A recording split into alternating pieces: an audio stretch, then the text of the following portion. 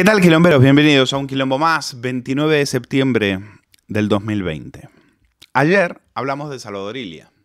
Hoy también tenemos que seguir hablando del ministro de Sanidad, porque Sánchez ha puesto en marcha lo que en Periodista Digital hemos denominado la Operación Montilla.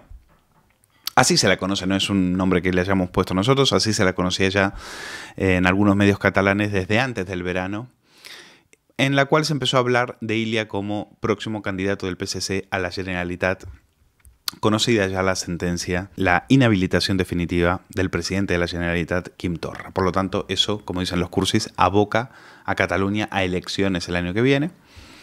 Y en el PSC, es decir, en la franquicia del Partido Socialista en Cataluña, ya empiezan a estudiar quién va a ser el candidato a esas elecciones. Hay quien dice que a Miquel Iceta no lo mueve nadie de ahí, y hay otros que creen que Pedro Sánchez estaría mucho más cómodo si Salvador Illa, a quien tiene encandilado, bueno, podría ser el próximo candidato, un tío de talante moderado, un tío que cae incluso bien a la oposición, al Partido Popular. Claro, que los Panoli del PP creen que porque este les pone buena cara y les habla con talante, como diría el siniestro Zapatero, pues estos dicen, como Ana Pastor, nos encanta Salvador Illa, da gusto poder hablar con él, incluso le elogian. La señora Pastor se debe olvidar que este señor es responsable de la muerte de 53.000 españoles. Pero a ella le encanta, porque a ella lo que le importa es la política. También se debe olvidar que cuando fue la crisis del ébola, al Partido Popular le montaron un aquelarre los activistas de izquierda y se fueron a donde estaba el perro Excalibur. La crisis del ébola le costó la vida a un perro. Ese fue todo el saldo. Y los cientos de activistas se fueron a las puertas de la morgue donde estaba el perro Excalibur, y eso provocó la dimisión de una ministra de Sanidad, tan incompetente como Salvador Illa. Pero el Partido Popular la fulminó en 5 minutos. Aquí, después de 53.000 muertos, los mismos responsables siguen en sus puestos. Fernando Simón haciendo submarinismo en las aguas de Mallorca. Y Salvador Illa en campaña. Porque Salvador Illa puede ser el próximo candidato del PSC a las elecciones del año que viene en Cataluña. Y es el nuevo Soto de Isabel Díaz Ayuso. No hay día en que no pierda la oportunidad de lanzar ataques a la presidenta de Madrid. Eso sí, siempre, como decimos, en ese tono moderado y cordial con el que este socialista catalán vende una imagen falsa de político con talante. Le pedimos a la presidenta de la comunidad que se deje ayudar. Tampoco ha descartado que se tengan que tomar decisiones todavía mucho más duras. Pero insistimos, que Madrid se deje ayudar. Como tú. Ahora vamos a recordar la hemeroteca de Illa, ¿eh? Porque ya está bien. Ya está bien de que nos tomen el pelo. Parece que, hombre, hay una parte del pueblo español que sigue, parece, cantando en los balcones a las 8. Vale, pues me parece muy bien. Aquí no vamos a hacer eso. Nunca lo hicimos ni del minuto 1, ni lo vamos a hacer, ni por supuesto vamos a caer en esa trampa. Y por supuesto hay que desmontar a este personaje que, insistimos, es un aparachic soviético, un tío que ha vivido toda su vida en la política y que era alcalde de una localidad de Cataluña y que de casualidad aterriza en un ministerio florero como es el de Sanidad, porque las competencias en esa materia son de las comunidades autónomas. Y la idea era que este hiciera la plancha, como todos los últimos ministros de Sanidad de la democracia. ¿Qué ha pasado? Que hemos tenido la desgracia de que nos ha venido una pandemia mundial. Y hemos tenido la desgracia de tener a Illa al frente de un Ministerio de Sanidad. Un tío que es filósofo. No es ni médico, ni enfermero, ni veterinario. Filósofo. Resultado, 53.000 muertos. En otros países donde había gente competente, como Taiwán, por ejemplo, 7 muertos. 7. Con los dedos de una mano, miren. Bueno, de las dos. Bueno, ¿y quién está detrás de esta operación? Pues probablemente Iván Redondo, el jefe de gabinete de Sánchez, el Rasputín de este gobierno. Detrás de los últimos ultimátums de Illa, hay que recordar que este tío se inventó un comité de expertos para cerrar Madrid por puro sectarismo ideológico, ¿eh? Bueno, detrás de esto estaría la intención de Sánchez de lanzar al estrellato a Ilia, promocionándole de cara a las próximas elecciones catalanas como la bestia negra que asoló Madrid, algo que vende mucho en Cataluña. Ahí está Salvador, mira, este es el que arrincona a Isabel Díaz Ayuso. Y si la tumba, imagínate, ¿eh?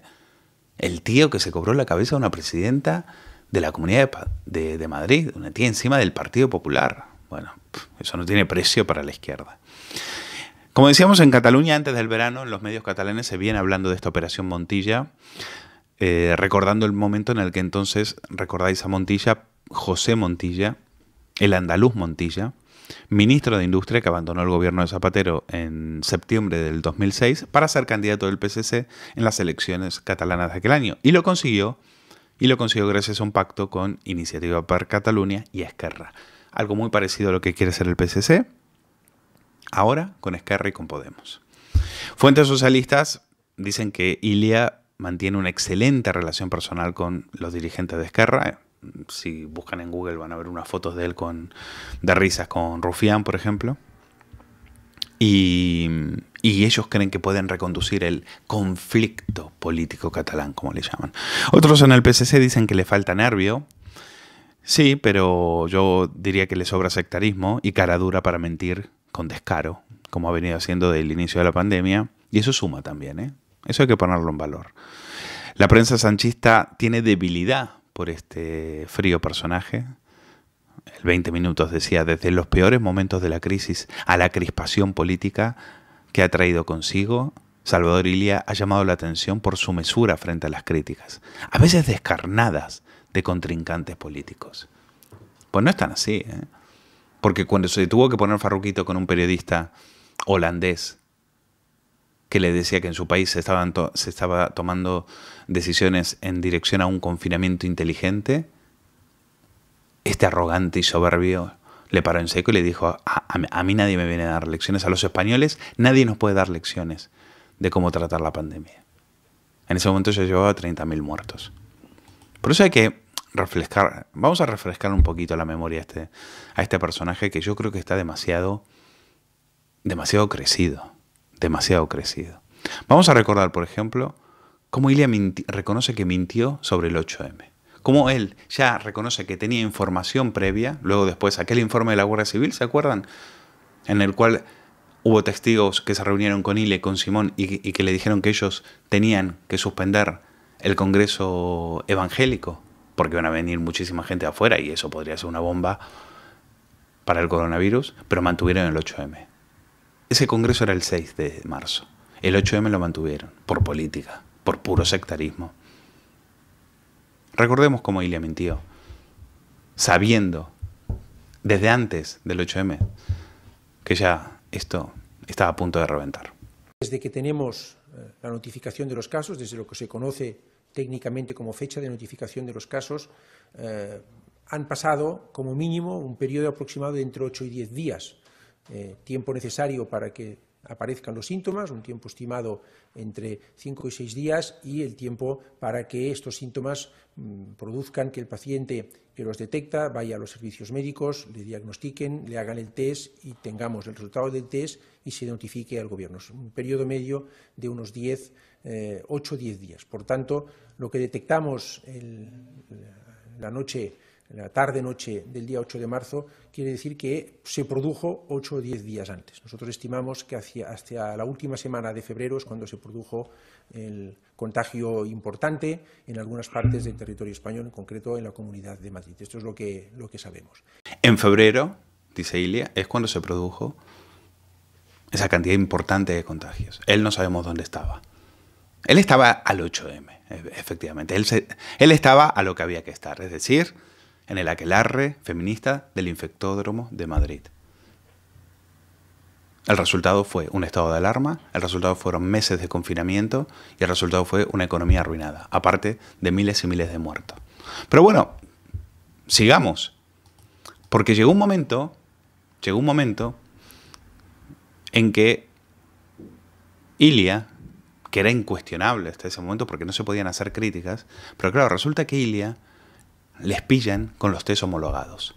Le pillan con la gran mentira de los test homologados. Y aquí es cuando una periodista, por primera vez, levanta la voz y dice que esto es inconcebible. Fue Ana Rosa y decía precisamente esto de Salvador Illa, del Ministerio de Sanidad y de su incompetencia con la mentira de los test homologados. Yo creo que ya es manifiesta la incapacidad del Ministerio de Sanidad. Como estamos siendo prudentes y hay que serlo, todos a una, no podemos dispararle al timonel cuando estamos en medio de una tormenta, pero lo del Ministerio de Sanidad ya clama al cielo. El gobierno había comprado 50.000 test defectuosos a una empresa sin licencia. Estos que dicen que nadie puede venir a darle lecciones. Una incompetencia manifiesta. Pero hay más. Hay más. ¿Se acuerdan cuando decía que en España se hacían 30.000 test diarios? Pues sí, otro bulo. Firmado por Salvador Illa. En España se vienen haciendo desde ya hace varias semanas una media de entre 15 y 20.000 test de diagnóstico diarios, lo que se conoce como PCRs. Hoy justamente hemos visto un medio de comunicación internacional, un ranking de test hechos hasta el 25 de marzo, en que nuestro país figura por detrás de Suiza como el segundo país con más test hechos, incluso por delante de Corea del Sur, Alemania o Italia.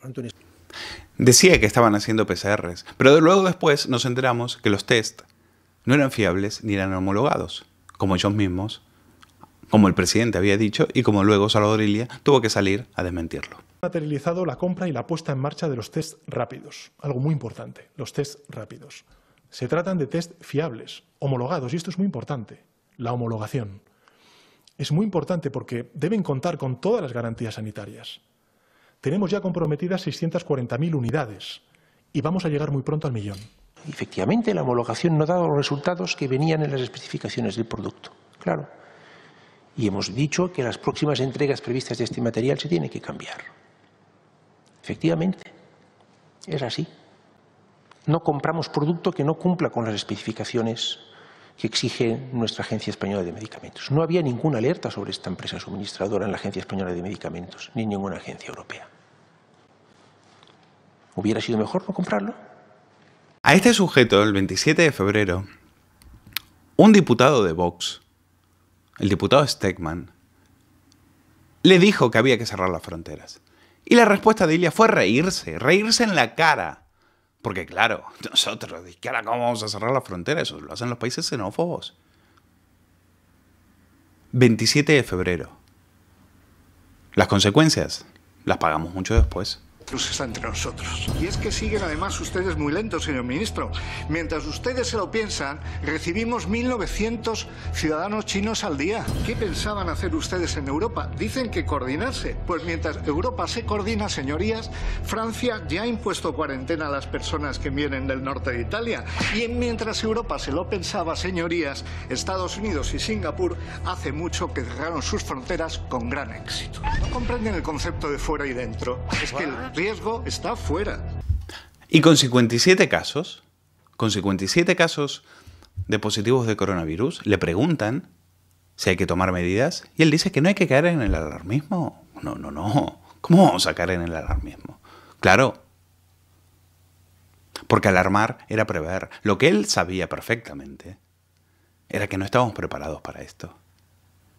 Pero era mucho mejor hacernos creer que no había que caer en el alarmismo, porque el alarmismo es muy malo. Es mucho mejor que te mientan y que te hagan creer que tú estás protegido por un gobierno que miente, por un gobierno de incompetentes. Y estas fueron las consecuencias. Estas fueron las consecuencias. ¿Qué valoración hace usted de la situación a día de hoy, cuando hemos conocido hace apenas unos minutos de ese nuevo caso en Cantabria que elevarían a 57 los casos de infectados en España? Bueno, pues es una situación que seguimos con preocupación, tiene que preocupar, es lógico que preocupe a los ciudadanos, pero esto es una cosa y otra cosa es caer en el alarmismo. No hay que caer en el alarmismo, es efectivamente un virus desconocido, es un virus que se está investigando, pero de acuerdo con lo que nos dicen los expertos, lo que conocemos nos permite controlarlo o intentar controlarlo y tratarlo. Pero es cierto que se producen casos de confinamiento, casos de regiones que quedan completamente cerradas, como hemos visto en el norte de Italia. ¿Por qué, si es un virus con un índice de mortandad tan bajo, se toman tantas precauciones? porque se intenta contener el virus, se intenta que este virus no quede para siempre entre nuestro país en este caso, y por tanto... ¿Qué quedamos? ¿Sirven? ¿No sirven? Las mascarillas sirven, pero sirven para lo que sirven. No son necesarias en España para ir por la calle. En Italia, o en China previamente, o en otras zonas de riesgo, en Italia, en algunas zonas concretas de riesgo, sí que han recomendado uso de mascarillas a más gente, a ciudadanos que están en sus casas confinados. En España no tenemos esta situación y, por tanto, no es necesario el uso de mascarillas en la calle. Lo que habría que preguntarse es cómo puede ser que este individuo, después de una gestión nefasta, con toda una ristra de mentiras, engaños y bulos, de cara a sus propios votantes, pueda tener tan buen cartel. Tanto que Sánchez ahora piensa en él para que sea el próximo candidato al PSC. Pero ¿qué tipo de votante es el votante de izquierda que puede perdonarle a un tío que le ha engañado durante meses? Y sobre todo a los que ha confinado, a los que sus decisiones han provocado la ruina de miles y miles de españoles que han tenido que cerrar la persiana, no por el virus, sino por la falta de imprevisión y por este personaje que decía que no había que caer en el alarmismo. Vamos a intentar tener la cabeza fría. Es verdad que la situación es preocupante, pero no hay que contribuir al alarmismo porque no ayuda, sencillamente no ayuda en nada.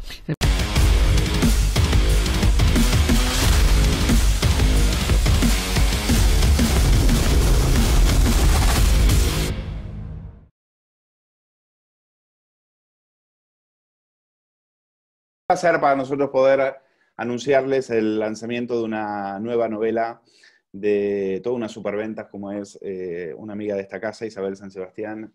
Vuelve con el tema de la Reconquista, su tema es quizás ya la mayor experta sobre el tema de la Reconquista en lo que tiene que ver con la novela histórica. Se ha cansado de vender libros y aborda un nuevo capítulo que es el de una historia que está entre el mito y la realidad, que es el robo de las campanas de la Basílica de Santiago a manos de un caudillo musulmán llamado Almanzor, y cómo hizo que esas campanas fueran llevadas por prisioneros cristianos hasta Córdoba. Y esas peripecias de uno de ellos es precisamente lo que nos cuenta Isabel en esta trepidante novela, con la cual vamos a hablar con ella.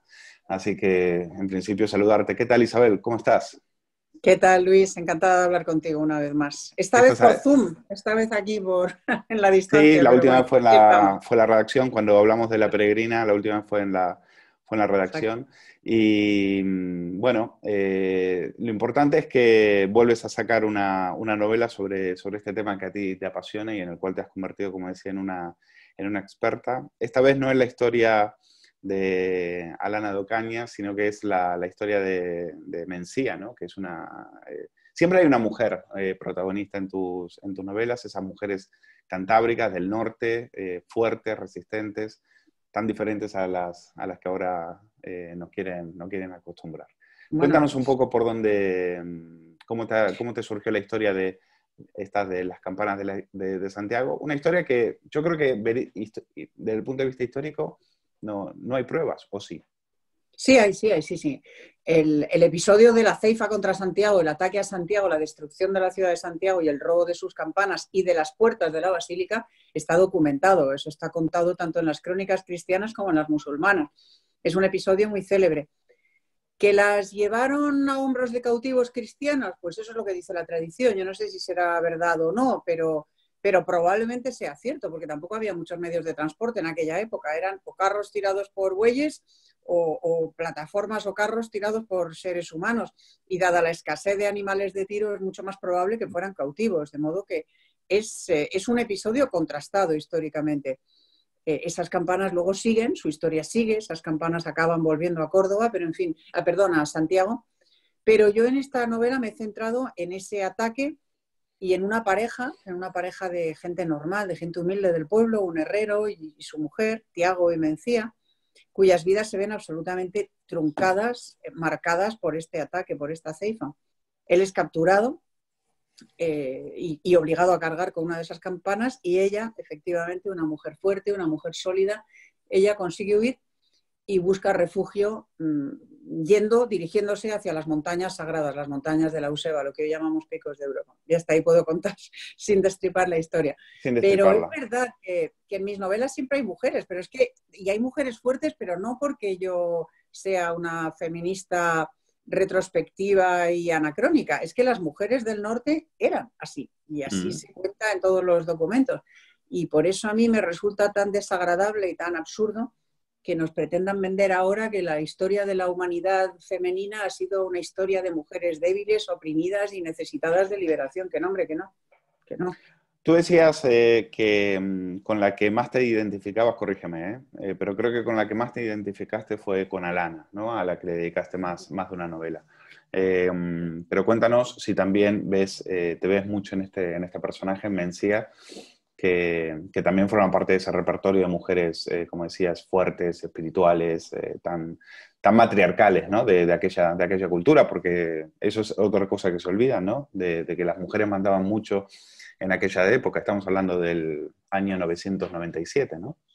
¿Según dónde? En la cornisa cantábrica, donde había una larga tradición de matriarcado, sí. En otros lugares más romanizados, pues no, porque la cultura romana no era precisamente una cultura que empoderara a la mujer, ¿no? Y desde luego la musulmana mucho menos, de modo que según dónde.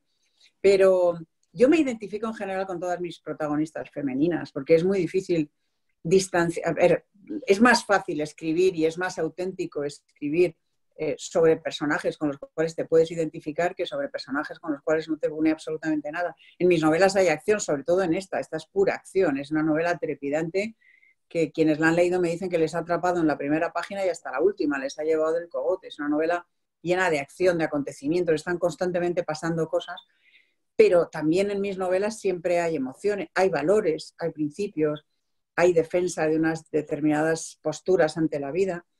Y hacer eso en la literatura sin compartir nada de lo que haces, pues hombre, es posible, los grandes genios lo han hecho, pero es más sencillo colocar en los personajes o en los protagonistas, por lo menos de tus novelas, valores, emociones, principios que compartes, ¿no? Que son los tuyos. Más auténtico. La verdad que yo me pongo en la piel de esos personajes y tiene que haber sido terrible, escalofriante, saber que tu vida pende de un hilo, porque una vez que caes prisionero, y me imagino que estas mesnadas no deberían ser terroríficas para los cristianos de aquella época. Es decir, la desesperación de tener que ir a esconderte a un sitio para preservar tu vida, para preservar tu libertad, ¿no? Me imagino que en aquella época para esta gente debería dormir con un ojo abierto pensando que en cualquier momento podían llegar la banda de Almanzor, que ya hablaremos de Almanzor. La banda y de bandas. La banda de Almanzor. Siempre ha habido bandas, en España siempre ha habido bandas. Pues esta es otra. Esta es otra. Quemaban templos, destruían todo a su paso. Pero debería ser terrible. A mí me parece que como novelista debe ser emocionante ponerse en ese lugar. Es que por eso me fascina la Reconquista, por eso me fascinan esos escenarios, porque es que cuanto más leo, incluso las crónicas originales, la rotense, la albendense, la crónica mozart, cuanto más atrás me voy en el tiempo y cuanto más leo documentos originales o historiadores que han escrito sobre eso, más me fascina una epopeya nacional, que es que realmente fue una epopeya digna de que se hubieran hecho cientos de novelas, de películas, de series y de todo, porque tienes todos los ingredientes para crear una obra literaria absolutamente trepidante. Tienes violencia, tienes pasión, tienes coraje, tienes valentía, tienes episodios heroicos, tienes crueldad, lo tienes absolutamente todo. Eso fue la Reconquista y por eso me fascina y por eso creo que es un filón inagotable para novelar. Esta novela, concretamente, Las campanas de Santiago, empieza con una cita del Apocalipsis, una cita muy breve, dice, el tiempo ha terminado. Y es que los cristianos de aquella época, del primer milenio, pensaron que Almanzor era el demonio, porque en las profecías del Apocalipsis estaba escrito, en el Apocalipsis de San Juan estaba escrito que al cumplirse el primer milenio, el demonio sería desatado de sus cadenas y asolaría el mundo. Claro, aquella gente vio a Almanzor, 56 aceifas devastadoras, cientos de miles de muertos, cientos de miles de cautivos encaminados en puertas de esclavos hacia los mercados de esclavos del sur, pensaron que el demonio era Almanzor, que había sido desatado y que el tiempo se acababa y que llegaba al juicio final. O sea, tuvieron que vivir una época verdaderamente terrorífica, pero terrorífica, una época de violencia, de brutalidad y de crueldad ilimitada. Y mientras tanto Al-Ándalus prosperaba, claro, mientras tanto Al-Ándalus crecía, se llenaba de jardines, de almunias, de mansiones, de mezquitas y de baños construidos sobre la sangre de los cristianos del norte. ¿Es un mito que en algún momento llegaron a convivir las tres culturas pacíficamente? A ver, llegaron a convivir por una cuestión de necesidad. En Córdoba había cristianos, yo lo cuento en mi novela. En Toledo, en un momento dado, en la época de Alfonso VI y también en la época de Alfonso X, convivieron. Alfonso X creó una escuela de traductores que no es que fuera una escuela propiamente dicha, que también era una especie de movimiento cultural en el cual sabios judíos, musulmanes y cristianos traducían obras clásicas, etcétera, de una lengua a otra. Hubo una brevísima convivencia, pero nunca en un plano de igualdad, o sea, nunca en el sentido que daríamos hoy a la palabra pacífica. En territorio musulmán los cristianos eran oprimidos, los judíos también, aunque un poco menos, y en territorio cristiano pues los oprimidos eran los musulmanes y también los judíos. Nunca convivieron las tres religiones en un plano de igualdad y de respeto absoluto, no. Como mucho eran toleradas durante breves periodos, pero a esos breves periodos de tolerancia seguían inexorablemente persecuciones brutales. Esto en los lugares dominados por uno o por otro, pero lo que nunca cesó fue la lucha en la frontera, fue la lucha por ocupar territorio, y cuando no se podía ocupar porque sencillamente no había gente para ocuparla, ni en el bando musulmán ni en el bando cristiano, no había personas suficientes para ocupar propiamente, para repoblar propiamente un territorio, lo que había eran ataques de rachas, eran rachas sobre el territorio enemigo en busca de botín y en busca de cautivos. Bueno, hay que contar que tú estás narrando un hecho que es capital, porque esto fue un masazo para la cristiandad. Sí. Es decir, esto supuso, he leído por ahí, que como la caída de Jerusalén a manos de Saladino. Es decir, fue un hecho terrible, que conmocionó a la comunidad cristiana. Hay algo que me intriga, y es ¿por qué Almanzor protege y manda no tocar la tumba del apóstol? La tumba del apóstol no sufre daños. Se robaron hasta los floreros, pero la tumba del apóstol no la tocaron. Se robaron las campanas y las puertas. Y las puertas de la basílica por su enorme valor simbólico. Las campanas eran la voz de Dios y eran la voz del apóstol, eran su garganta, su voz, sus cuerdas vocales. Dios llamaba a la oración, el Dios cristiano llamaba a la oración a través de las campanas. El apóstol Santiago llamaba a la oración a través de las campanas de su basílica y en consecuencia esa voz tenía que ser silenciada para que no prevaleciera sobre la voz del almoédano que llamaba a la oración a Alá, al Dios musulmán. Tenían un enorme valor simbólico y las puertas también. Las puertas eran el acceso. Una vez caídas las puertas, pues esa basílica se quedaba desprotegida y la basílica fue arrasada directamente, al igual que el resto de la ciudad de Santiago. Fue incendiada, arrasada. ¿Por qué respetó Almanzor las reliquias del apóstol? Pues es una magnífica pregunta. Tal vez por respeto, porque al fin y al cabo ellos creían que Jesús era un profeta, lo que no creían era que fuera Dios, que fuera hijo de Dios. Ellos llamaban a los cristianos politeístas porque no entendían el misterio de la Trinidad y consideraban que los cristianos adoraban a tres dioses, el Padre, el Hijo y el Espíritu Santo, y por eso los llamaban politeístas. Santiago era un hombre santo desde su punto de vista. Jesucristo era un profeta y Santiago era uno de los santos que habían rodeado al profeta. Tal vez por respeto, pero lo del respeto me cuesta creerlo, porque Almanzor profanó miles de reliquias en todos los templos que arrasó. Con lo cual tiendo a pensar que sería más bien un poco de temor supersticioso. Superstición, te iba a decir. Como las momias, como lo de las momias, ¿no? Exacto, como lo de las momias.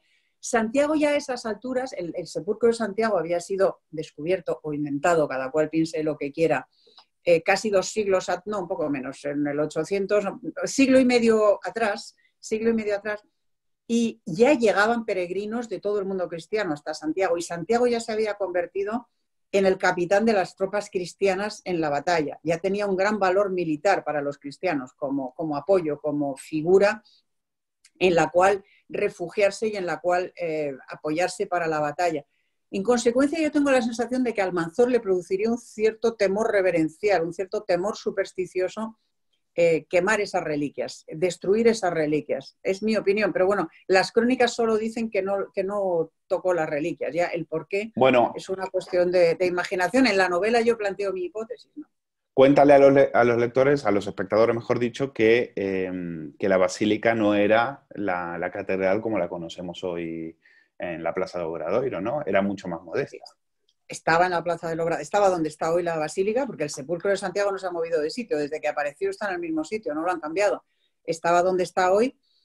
Lo que pasa es que era una basílica más modesta, pero no mucho más modesta. Era ya la basílica que había mandado levantar Alfonso III sobre la original levantada por Alfonso I. La primera sí era muy modesta. Esa segunda basílica ya era una basílica importante. Ya tenía pórfido y mármol y suelo enlosado y paredes iluminadas con frescos. O sea, era un templo ya importante. Y tenía su campanario y tenía sus campanas. Y todo aquello quedó destruido por Almanzor, arrasado. ¿Por qué, siendo tan importante para la cristiandad, no pusieron una...? No, porque él entra, digamos, no encuentra mucha resistencia, ¿no? Bueno, porque la cristiandad en ese momento no tenía capacidad de resistencia, porque Almanzor, aparte de ser un caudillo militar muy brillante, un estratega muy brillante, fue un gran político muy hábil en dividir a los cristianos. Muchos condes enfadados, digamos, con el rey por las luchas sucesorias que habían tenido lugar en los años anteriores, se aliaron a Almanzor contra el rey de León. Y aunque Santiago tenía murallas, había sido amurallada, había sido protegida para protegerla de los vikingos, que también aparecen en la novela, que en esos años hicieron varias incursiones y que intentaron conquistar o intentaron asaltar la ciudad de Santiago en busca de botín, porque era una ciudad muy rica. Las murallas resistieron a los vikingos, pero no resistieron a Almanzor. Yo describo en la novela cómo era el ejército de Almanzor. Era una fuerza arrolladora. O sea, imaginemos, para hacer una comparación, que de repente nos atacaran en la España actual rusos y americanos a la vez, claro, con todas sus fuerzas conjuntas. Pues eso era la proporción de fuerzas entre el reino de León y el Al-Ándalus en época de Almanzor. Era una desproporción absoluta. Y aunque intentaron resistir y aunque intentaban algún ataque en la retaguardia que yo cuento en la novela y que es histórico, está en las crónicas, la desproporción de fuerzas era tal que bastante hicieron con aguantar y no desistir y no plegarse todos al vasallaje que imponía Almanzor. Y bastante hicieron con aguantar y esperar a que pasara lo peor. No quiero desvelar más. Isabel, pero ¿hasta dónde llegó? Llegó a todas partes Almanzor. Destruyó León, llegó a Asturias, no llegó hasta Oviedo. Destruyó León, que era la capital entonces, la destruyó no una, sino dos veces. Hasta Oviedo no llegó, pero yo creo que porque no le interesó, no había nada que le interesara en Oviedo. Destruyó Santiago, que nunca antes había sido hollada por tropas musulmanes, nunca habían llegado hasta Santiago. Destruyó Barcelona después de bombardearla durante varios días con cabezas cortadas de cristianos, que eran catapultadas con sus máquinas de guerra al interior de las murallas. Fue realmente aterrador. Lo que hizo Almanzor fue realmente aterrador. Y no me extraña que los de Podemos y el Partido Socialista le tengan tanto afecto, ¿eh? Tanta admiración. En el 2017 preguntaban dónde estaba, preguntaban por su estatua, ¿no? Una estatua que pusieron ahí en la avenida Blas Infante, que es donde menos la iban a poner, evidentemente. Hombre, claro. En la calle de un nacionalista xenófobo andaluz. No, de un nacionalista, no solo nacionalista, sino de un nacionalista que se convirtió al Islam y que renegó muy a menudo de la herencia cristiana de Andalucía, reivindicando únicamente la musulmana, como si Andalucía no hubiera sido mucho más siglos cristiana que musulmana, la mayor parte. Incluso Granada fue más siglos cristiana que musulmana. Blas Infante decidió que no, que Andalucía solo quería su herencia musulmana y que cuando llegaron las campanas, los campanarios, asolaron esa tierra. Y efectivamente, los de Podemos exigieron que se restableciera una estatua de Almanzor. El PSOE también preguntó por... PSOE y Podemos también. PSOE y Podemos, ¿eh? Ambos también. Por esa estatua que está ahí en Algeciras. Bueno. Y bueno, muchísima preocupación, ¿eh? Les debe de recordar, Almanzor les debe recordar lo que están haciendo ellos, o les debe de inspirar para lo que están haciendo ellos con esta España, ¿no? También es verdad que a veces cuando decimos estamos viviendo una crisis sin precedentes y tal, nos referimos a precedentes muy cercanos. Porque crisis España, esta vieja piel de toro las ha vivido gordas, gordísimas. Y yo siempre digo, si sobrevivimos al Manzor, sobreviviremos a Sánchez y a Iglesias. O sea, eso... Hay que ver a qué precio, y cómo salimos, claro, hay que ver cómo salieron aquellos pobres cristianos. La cristiandad sobrevivió, es más, prevaleció y venció a la postre. Pero hay que ver lo que pagaron aquellos pobres. Bueno, sí, claro, pero claro, si tú encuentras a un Fernando III el Santo o alguno de esos, le fichamos, porque yo no veo. De momento no hay ninguno, pero bueno, cuando Almanzora solo Santiago tampoco había ningún Fernando III el Santo. No, llegaron 2 siglos, tuvieron que esperar 2 siglos. Esperemos que no tengamos. Tuvieron que esperar un poquito, hay que tener fe, Ahora mismo, verdaderamente, el panorama de la oposición es desolador. Ahora mismo quizás en 2 siglos mejor. Quizás en 2 siglos el PP recupera algo. No, lo que pasa es que la historia ahora se ha acelerado. Con el 2.0 y el 3.0 y el 4.0 la historia va más deprisa. En la Edad Media, en la Alta Edad Media, la historia se medía por siglos, ahora se mide por años, afortunadamente. Pero indiscutible. Hay toda una corriente que cuestiona la Reconquista. De hecho, estaba leyendo ahora un libro de Henry Kamen, que es La invención de España, donde él dice que, por supuesto, sin querer atacar la idea de España y demás, pero habla sobre el tema del mito, sobre el tema de toda una mitología que hay, y ahí incluye la Reconquista, claro. ausencia de datos históricos. Como tú eres, él una enmienda experta la en el tema y una gran documentada en este tema, ¿qué te parece eso? Bueno, pues me da mucha rabia que venga un historiador contemporáneo a enmendar la plana a 10 siglos de historiografía. O sea, la conquista musulmana, el arranque de la Reconquista y la posterior Reconquista, el avance de la Reconquista, está narrado. No te voy a decir las crónicas musulmanas porque me resulta muy difícil pronunciarlas, pero en incontables crónicas musulmanas, pero de las cristianas. En la crónica mozárabe, siglo VIII. En la crónica alfonsina, en su versión rotense y albendense, siglo X. En la crónica de Alfonso X el Sabio, entre otras muchas. Todas las crónicas de la época narran ese episodio. Hay vestigios arqueológicos sobrados para demostrar que hubo una conquista musulmana y que hubo una reconquista. Que Covadonga no fue el episodio mitificado de cientos de miles de combatientes, etcétera, pues es evidente que no hubo cientos de miles de combatientes en Covadonga. Basta llegar hasta allí, ver el escenario para darse cuenta de que allí no caben cientos de miles de combatientes. Ahora, que allí se produjo una escaramuza que aparece reflejada también en las crónicas musulmanas y que a partir de esa escaramuza el gobernador musulmán que había en Gijón salió de allí y nunca volvió a haber un gobernador musulmán en Asturias, eso es histórico. ¿Que hay mitos en la historia de España? Por supuesto, y en todas las historias de todos los países del mundo hay mitos, en todas las historiografías oficiales entremezclan el mito y la realidad, la de España como las demás, pero que España fue conquistada por Tarik, por los musulmanes, y estuvo 8 siglos luchando para lograr recuperar su identidad previa a esa conquista, es decir, su identidad romano-cristiano-visigoda, de estirpe romano-cristiano-visigoda, es decir, europea, occidental.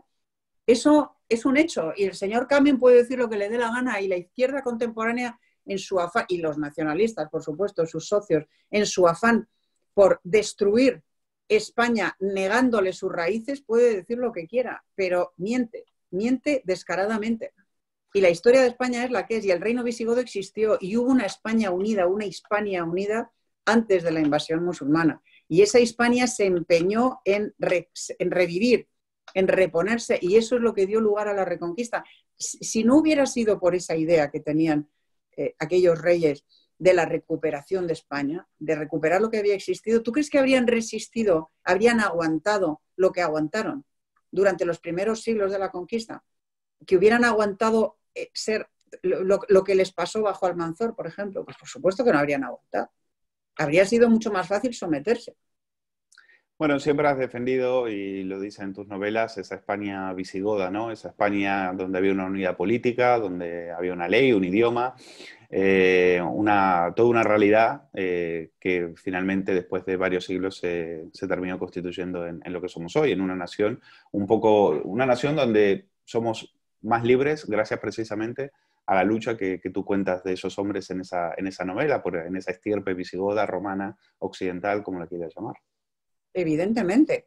Evidentemente, a ver, una lengua no lo sé, es más difícil, pero desde luego había una capital que estaba en Toledo, había una moneda que era el tremis de oro acuñado en varias cecas, había unas fronteras que eran las de la península ibérica, incluido España y Portugal, había una religión que era el cristianismo, el catolicismo, porque había sido proscrito el arrianismo, había una única religión de Estado, había un rey, o sea, había todos los elementos de una unidad política. Ya, evidentemente no era una nación en el sentido moderno de la palabra, ni un Estado, mucho menos en el sentido moderno, pero era una unidad política. Y esa unidad política y esa religión es lo que se quiso reconquistar.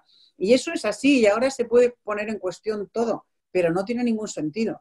No sé muy bien qué pretenden estos historiadores. Lo que pretende la izquierda y los nacionalistas sí lo sé. Lo que pretenden es, tú niegas las raíces de una nación y evidentemente le niegas su futuro. Si tú desarraigas un árbol, el árbol se cae, y de eso se trata. Se trata de desarraigar, de cuestionar, de destruir las raíces sobre las que se asienta la realidad, la nación española, para que se caiga la nación española, para que colapse, que es en lo que están.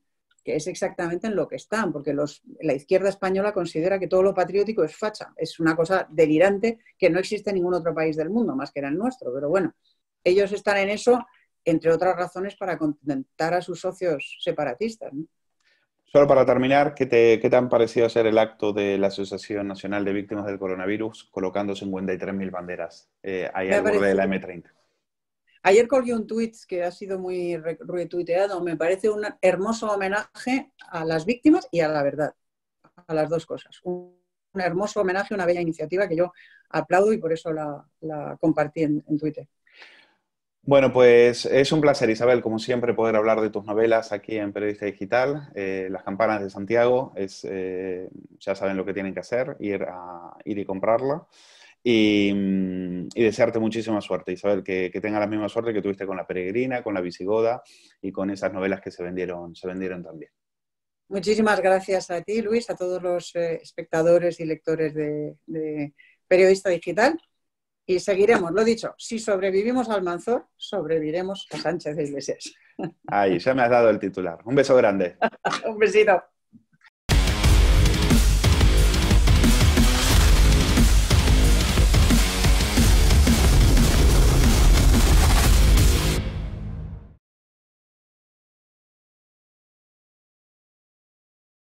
Vamos a hablar de algo que ha pasado en Barcelona con motivo de la fiesta de la Merced y que nos ha, dejado un poco estupefactos. Es verdad que de la alcaldía que preside Ada Colau ya son pocas las cosas que nos pueden llegar a sorprender, pero esta nos ha parecido bastante graves y la queríamos comentar con Josep Bou, que es el presidente del Grupo Municipal del Partido Popular en el Ayuntamiento de Barcelona y a quien le agradecemos que nos atienda en estas mañanas de sábado. Josep, muchas gracias por estar con nosotros. Gracias, Valcárcel, gracias a ti. Bueno, vamos al lío entonces sobre este tema. El pregonero de la fiesta de Barcelona llama inadaptados a quienes no hablan catalán. Es un payaso que ha convertido este pregón de la Virgen de la Merced en un mitin separatista y ha acusado a los no independentistas de sodomizar una cultura. Me imagino la cara que se les debe haber quedado a ustedes ahí en el ayuntamiento, don Josep. La llengua, no hi ha gent encaparrada en pensar que la nostra llengua és el castellà, no? I nosaltres vam que parlar català i es veu que devem tindre problemes mentals, no? Potser es pensen que la seva llengua és més important que la de la meva mare. Doncs no, home, a veure, qui rebutja la llengua i la cultura d'un lloc, que a mínim podem dir que són uns inadaptats.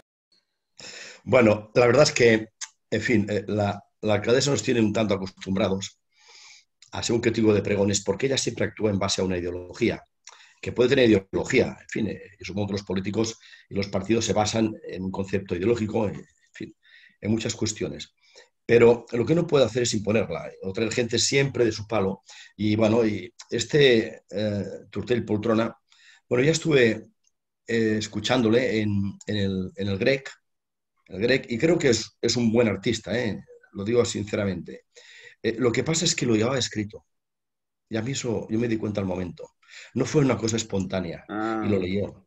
Y yo me di cuenta, cuando vi aquello, digo, ya, aquí hay pactos, de hecho, ya. Aquí, evidentemente que la gente trabaja para para subsistir, ¿no? Cambien su esfuerzo por dinero y la habrían pagado seguramente pues, el pregón, y yo no entiendo esto, pero es que no tenía que hacer esto. Estuvo fuera de lugar. Una persona, yo me atrevo a decir que casi es universal. Esto del separatismo es una cosa terrible, terrible, porque lo contamina todo. Vamos a ver, lo que dijo exactamente lo he mirado 3 veces, me lo he estado mirando porque tengo mucho interés. Yo en aquel momento reaccioné como reaccioné y lo explicaré, o me lo preguntas o te lo explicaré. Pero, digo, a ver si me he equivocado. No, digo exactamente quien rechace la lengua, quien rechace la lengua y la cultura de un lugar, podemos decir que son inadaptados. Y yo, claro, se me puso la cara a cuadros porque que se rechace la lengua y la cultura aquí en Cataluña me tienen que explicar quién. A mí me tienen que traer gente y que me lo diga. Porque es que tengo que hacer memoria para saber quién rechaza la lengua y la cultura aquí. Y gente venía de fuera. Lo que sí, le digo, es que eso del rechazo puede que algo se haya producido, pero por culpa de la actuación del mundo separatista, por imponer una lengua. A mí, personalmente, a mí me han zurrado 2 sanciones. Una vez la pagué, 1.200 euros, por poner rótulos en castellano. O sea, estaba todo en catalán. Exactamente lo que pusieron fue una oferta. Estaba todo en catalán. Bueno, lo podía haber puesto en algún momento, yo lo puse en catalán porque es que daba gusto y hablar el catalán. Era una libertad, pero eso que te lo impongan, y mire que yo pienso... ¿En qué año fue esto, Josep? ¿Lo recuerda? Sí, bueno, no, pero sí recuerdo una cosa muy curiosa, que el presidente de la Generalitat era Montilla. Era Montilla, me imaginé. Del PSC. ¿Qué sería? ¿Trías el alcalde, quizás? Ay, ahora sí que no lo sé. Bueno. No lo sé porque yo ahora me dedico en parte a la política, ¿no? Creo que tengo que echar una mano. Por fin, todo este desastre que nos está ocurriendo. Pero aquel entonces yo me dedicaba a la empresa y el empresario es 24 horas empresario. Y bueno, de tal manera que no hice ni recurso. Si hubiera hecho un recurso a la Constitución, lo hubiera ganado. Pero hice un pliego de descargos de 1.200, me lo rebajaron a 600 y pagué. ¿Por qué? Para cortarlo ya, para no tener problemas, porque el empresario lo quiere hacer camino y no complicarte la vida y ya está, y poco más. ¿A día de hoy se siguen poniendo multas por rotular? Sí, se siguen poniendo. Se siguen poniendo sanciones, sí, claro. Y esto sí que crea un rebuch que va bien, ¿no? Un rechazo. Claro que, ¿cómo no va a crear un rechazo? Y más en un pueblo tan indómito como el pueblo español, porque los catalanes somos españoles, pero claro que produce ese rechazo.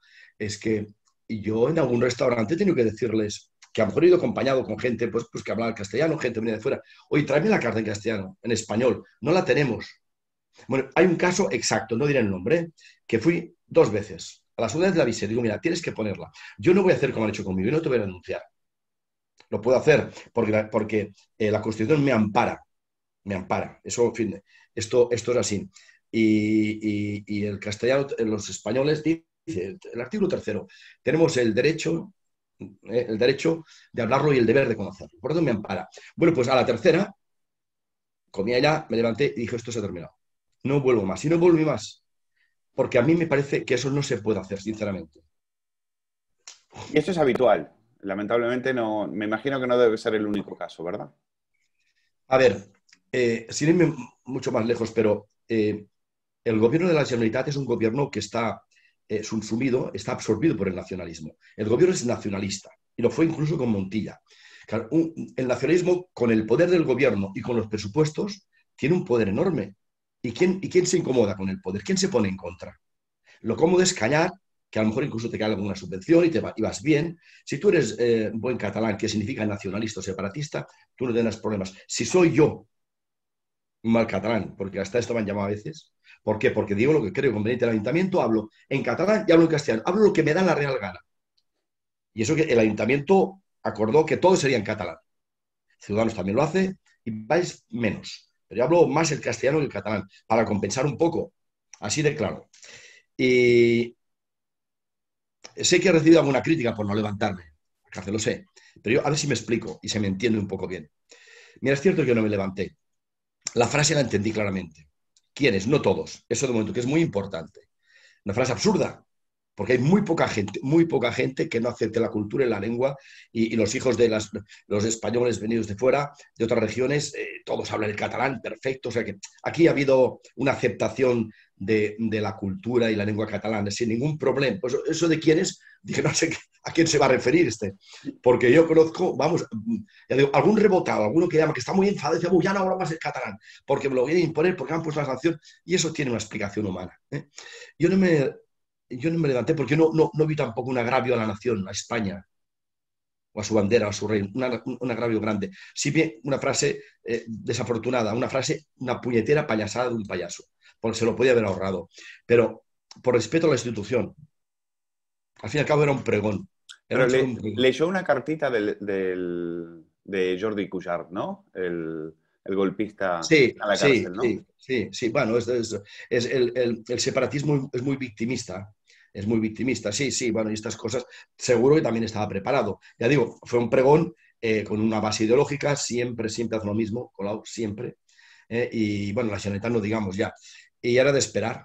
Lo que pasa, Josep, que esto no es un acto lúdico, es decir, este payaso se parece más al payaso de Stephen King que a un payaso que uno se vaya a encontrar en algún circo, ¿no? A los cuales respetamos y admiramos y queremos. Pero yo quiero recordar que el tema de los payasos ya lo inventaron los amigos de la ETA, lo inventó la izquierda Berchale. Había dos payasos que se llamaban Pirrich y Porroch, y siguen estando todavía, que eran ex concejales de Euskal Herrita Rock, eran de ahí, en Lasarte, y luego se convirtieron en payasos y andan por ahí haciendo, por ejemplo, andaban haciendo acarrales pro-palestinos, adoctrinando a los niños y demás. Por eso digo que esto es peligroso, porque aquí también hay adoctrinamiento, y estamos hablando de los niños, claro. Y tanto que el adoctrinamiento es todo. Ellos saben perfectamente, el mundo separatista, que si esto no cambia es cuestión de tiempos, que tenemos graves problemas, porque van avanzando en el proselitismo, en las escuelas, en los institutos, en las universidades. Dicen, no, es que, hombre, estos son los niños. No, es que los catedráticos hoy de universidad eran niños en su momento y ahora están diciendo lo que están diciendo. Claro. O sea, eso es gravísimo. A ver, el mundo de la farándula o del humor utilizan ese mundo. Entre otras cosas, los jueces son bastante tolerantes en ese aspecto. Resulta, hombre, es que si era una parodia, ahora vamos a condenar a un payaso, y el payaso aquel ha hablado a favor de ETA, y eso... Es que es... Llega la sangre al cuello hablar en favor de ETA, sinceramente, ni un payaso ni nadie. No, y son payasos, son supremacistas, van de victimistas, pero este recibió 30.000 euros del Premio Nacional del Circo que le otorgó el Reino de España en el 2013. Seguro que eso no le pareció victimista, ¿no? Que le diera un premio al Gobierno de España, 30.000 eurazos, me parece que eso seguro que no los rechazó. Bueno, el nacionalismo en el fondo ha sido un gran negocio. Yo que estoy en el ayuntamiento, y obviamente reservaré nombres, pero algunas veces que me comentan, porque tengo relación con todos, intento tener trato humano y intento ser la cara amable de España, que se nos quiera también, porque hay un tema sentimental muy grave ahí, ¿no? Y yo hago lo que puedo, sinceramente, creo. Y hablo con ellos y en algún momento me han comentado, ¿no? Oye, si esto va mal o aplican el 155, oye, nosotros nos vamos, ¿eh? No, es que si dejan de cobrar, o sea, el perder los presupuestos del Estado, perdón, los presupuestos de la Generalitat, eso sería devastador, porque es el gran negocio. De verdad, no digo que haya gente que tenga un concepto ideológico y tenga un sentimiento, pero mucha gente vive de esto, muchísima gente. Incluso gente que no está de acuerdo con el separatismo, colegios profesionales, casas regionales, pero los han alimentado. Jordi Pujol alimentó a todo el mundo en su momento, se cuidó y a todas las casas, a todos los sitios. Las comisiones obreras, que eran un sindicato de lo más nacional que había, pero ahora es nacional de Cataluña, que no les habrán dado, ¿no? Pero en fin, es el procedimiento. Quiero preguntarle por la situación en Barcelona, don Josep. ¿Barcelona está mejor o peor que antes de Ada Colau? El tema de la seguridad nos preocupa mucho. Sí.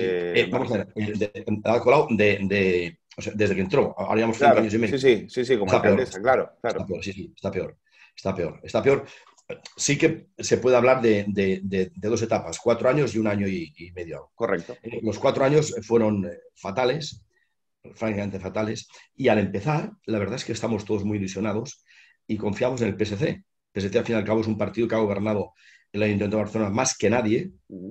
Y ahí está Barcelona. Tampoco han hecho estropicios, me explico. Las cosas tal como son.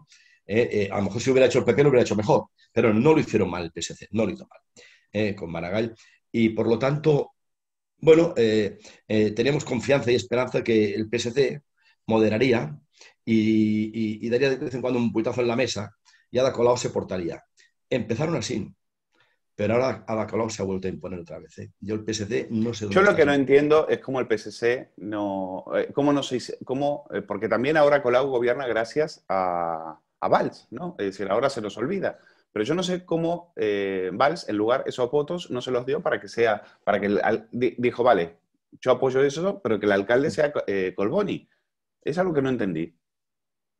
Claro, Colboni Sí, tenía menos votos que Colau, pero podría haberlo hecho perfectamente. Colau, cuando sí. fue alcaldesa la primera vez, tampoco había sido la más votada.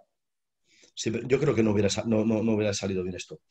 Bueno, de hecho, hablamos todos de todo, pero lo que está claro que Esquerra va a entrar. Iba a entrar un partido que en su momento dijo que Barcelona sería la capital de la República Catalana o que Barcelona sería la punta de lanza del independentismo. Y claro, a nosotros esto nos preocupaba muchísimo, porque la Plaza de San Jaime, en un lado la Generalitat nacionalista y del otro lado el ayuntamiento, esto sería, y Europa qué lectura nos daría, ¿no? Yo creo que Colau fue el susto, pero el separatismo hubiera sido la muerte, por tanto susto. Lo que ocurre es que no se la puede controlar. Y nosotros, Valls tiene 2, yo tengo 2, Ciudadanos tiene 4, o sea, somos los que somos. El PSC está por ahí nadando y guardando la ropa. Y yo creo sinceramente que el PSD probablemente, quizás, sobre todo llamo Collboni, quiere conocerlo un poco, quizás se impondría más. Y Albert Valls, hay gente buena, en fin, ahí trabajando. Pero claro, ¿quién gobierna en España? Claro. Pues los socialistas y los podemitas. O sea, digamos, el ayuntamiento es un calco, una copia de lo que pasa en Madrid. Yo estoy convencido que Pedro Sánchez, vamos, de unas maneras quieren enemistarse con Colau y quieren que esto continúe. Y no la enfademos mucho porque si no, aquí Pablo Iglesias me puede dar un susto. Se trata todo de lo mismo, de Pedro Sánchez, es el gran muñidor desastroso de esta nación, por desgracia. Bueno, pero quería entrar en este tema. Cuéntenos, porque vemos imágenes de Barcelona, robos en la calle, robos a turistas, en manadas, la situación parece descontrolada, y del tema de Ocupas ni hablar. La última noticia, sabíamos allá por julio, que Colau organizaba cursillos para Ocupas anarquistas. Es decir, eso está, bueno, a la orden del día, y me imagino que, no sé, ¿esto no le genera hartazgo en Barcelona, en nada más y nada menos que una de las ciudades más importantes de España? Claro que sí. En los barceloneses, una parte de ellos, no todos, porque hay gente que está muy bien alimentada, muy bien engrasada, por el Colau se dedica a repartir. Esto sí, en fin, esto a los suyos. Hay hartazgo, pero lo más importante quizás es la percepción que tiene la gente que viene de fuera de Barcelona, del resto de España y del resto de Europa, incluso del mundo. La percepción que tiene, y es la percepción que eso es firma Ada Colau, firma suya, personal. La percepción que tiene es que puedes ir a Barcelona y es jauja. Das una patadita en una puerta y ocupas un piso. Oye, te enganchas con un señor que viene de fuera, que va bien vestido con buen reloj y le arrancas el reloj o lo que haga falta, o lo tiras por los suelos. Y claro, todo esto se está vendiendo. Se está vendiendo, ¿por qué? Pues porque, bueno, hay competencia en el mundo. Y en el Mediterráneo, hay mucha competencia de turismo. Y Barcelona para abajo. Barcelona para abajo. O sea, Ada Colau, cuando habló, esa soflama que suelta siempre en el pregón, yo esperaba alguna cosa de las empresas o de los autónomos o del crecimiento económico, de lo que realmente interesa a la gente, de lo que hace feliz a la gente, que es la economía, no la política. Nada. Todo política. Y claro, Barcelona está ahora en estos momentos, cuando yo la he visto, en una rampa. Ahora está en una pendiente. Y Barcelona ya para abajo. Y perderá poder adquisitivo, fuerza, prestigio. Es una pena porque tenemos la Barcelona 92 que nos costó y aquello adquirimos un prestigio en Barcelona, valía la pena y bueno, en fin, Barcelona era querida. Y Barcelona, pues ahora está en una situación lamentable, sencillamente lamentable, sobre todo por la falta de turismo, que, bueno, dice, no, los restrictos. bares, restaurantes y hoteles están afectados, pero el comercio en general, la confección, el calzado, los taxistas están liquidados. En Barcelona los taxistas. Pero Sí. Colau sigue con su guerra contra el turismo, ¿no? Es decir, ella está en contra del turismo, ¿no?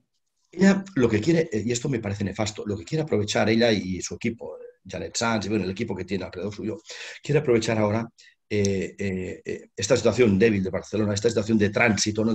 Incluso de trauma, para imponer su ideología.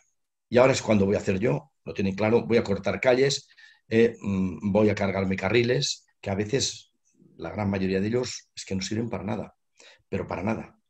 Pero bueno, ponen ahí unos bloques que pesan casi 1000 kilos, pintan el suelo, calles como Consejo de Ciento lo ha dejado con un solo carril, Valencia con un solo carril, Vía Laietana con un solo carril, o sea, calles importantísimas, que son calles rápidas, calles que lo que hacen es que fluya la circulación. Yo no digo que una calle adyacente pues la hagan peatonal o monten un carril bici, pero en su sitios no se puede hacer esto.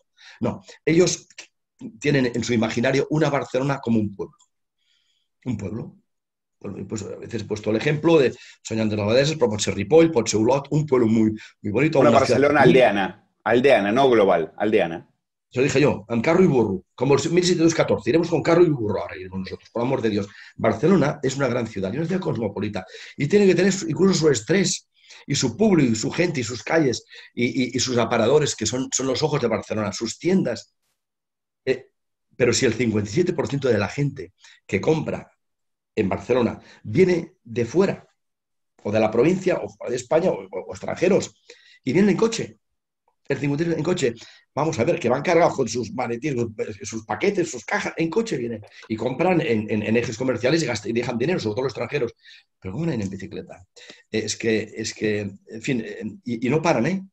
Están día a día haciendo esto, están transitando hacia un lugar inhóspito que va a afectar profundamente al crecimiento en Barcelona.